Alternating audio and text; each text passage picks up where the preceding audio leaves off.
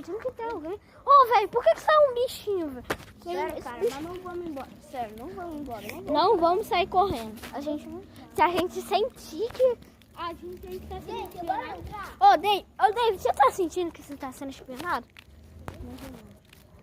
Esse Matheusinho, você tá sentindo que você tá sendo espionado? Que alguém tá atrás da gente agora. Tem não. Meu, aquela folha que me mataram o coração. Parece um rosto assim. Mas essa cara é só uma folha. É, velho. Véi, isso tá muito estranho. Naquela casa a gente é famoso. Ah, não, David. Não olha pro lado, não olha pro lado. Não,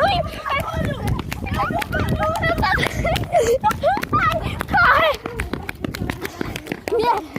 Minha irmã, eu ouvi, velho. Você subiu?